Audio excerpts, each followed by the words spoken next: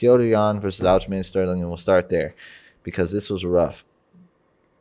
There was no winner, no real winner in this fight. Like I said, it was a disqualification, a legal knee, a knee to a downed opponent. And let me just say that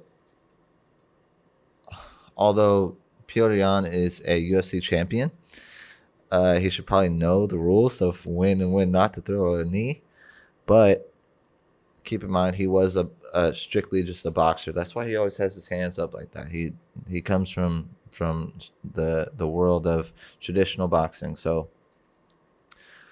there's so many things to unpack here. Let me just say that Aljamain Sterling probably won the first round, but then Petr Yan, I think the fight was called a disqualification in the fourth round. I don't want to get too caught up on all the details. If you guys need to look that stuff up, you absolutely can, and feel free to correct me. But I believe it went to the fourth round, and Petr Yan was basically, aside from the first round, was whooping his ass the whole fight. Aljamain Sterling, he came out strong that first round. He was throwing a lot. He was landing a lot. But that man had his foot, had the pedal not even to the floor. He had it on the ground, and he was Flintstoning it because his gas tank ran out so quick. And that was the cool thing about Petr Yan.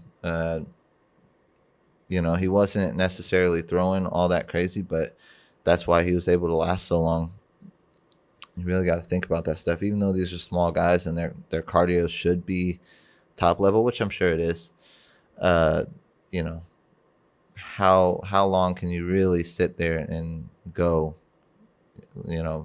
pedal to the floor the entire time? So anyways, it was super back and forth, really good fight, up into the DQ. So I guess we'll get into that. So like I said, Aljamain Sterling was definitely out of gas. And it got to a point where Aljamain he had one knee on the ground. And I remember Petr Yan sort of holding him. And the weird part about this, and the most controversial part, and what everyone's going to want to argue, is that Petr Yan's corner told him to throw the illegal knee. If you watch the fight, you can see Petr Yan look at his corner and sort of ask them if he should throw the knee or throw a kick. And the story that I've been hearing is that they said yes to throw the knee or kick. It ended up being a knee, so we'll just call it a knee. Sorry. But what I think is that there had to be some sort of miscommunication somewhere, some sort of confusion, because either he has a really crappy team that just doesn't know the rules of MMA, which I guess is possible if he comes from boxing, but still, I don't see any professional team telling their fighter to throw an illegal knee to a downed opponent. I just don't see it happening. I think he looked at them asking if he should throw the knee, and this is completely just me. This is my theory. This could be completely off, but I'm thinking that they were saying yes. I think they were saying yes, he's down. Do not throw a knee or a kick. I hope that makes sense. I hope he was looking at them asking if he should throw a knee, and they were answering him saying yes, he is down. If that makes sense. I know it sounds ridiculous, but I just can't fathom a professional fighter's team telling him to throw a knee to a downed opponent when they can clearly see that he was down. He had one knee, and it wasn't even like, it's not even up for a debate. He was a downed opponent. Illegal shot.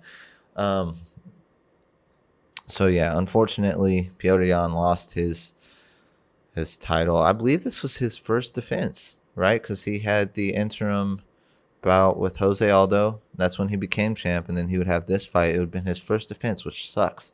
He lost it to a DQ. Damn it.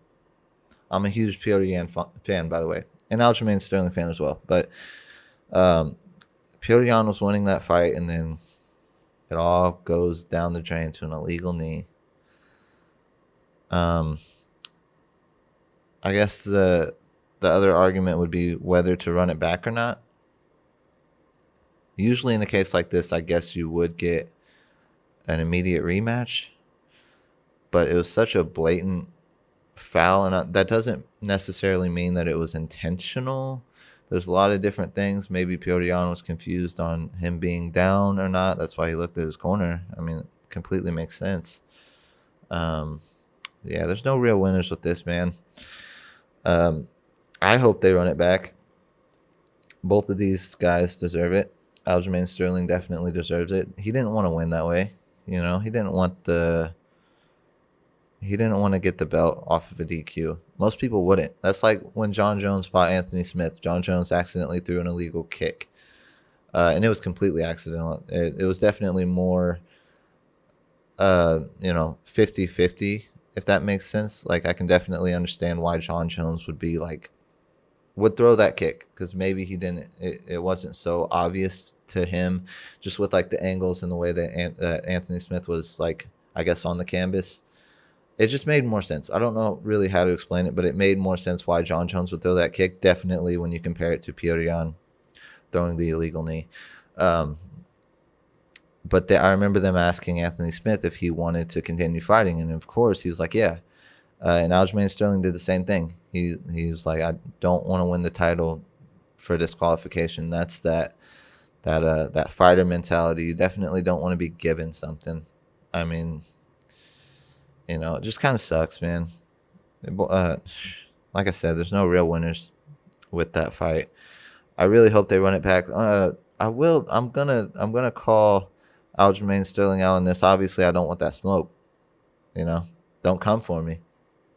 I do not need my ass whipped. But I do have to call him out. He's already talking about fighting Henry Cejudo, which Henry Cejudo's retired still, isn't he? He had a really strong retirement. I mean, I remember the press conference when he retired. He was like, it was the first time I'd ever seen him be like real humble. So I figured his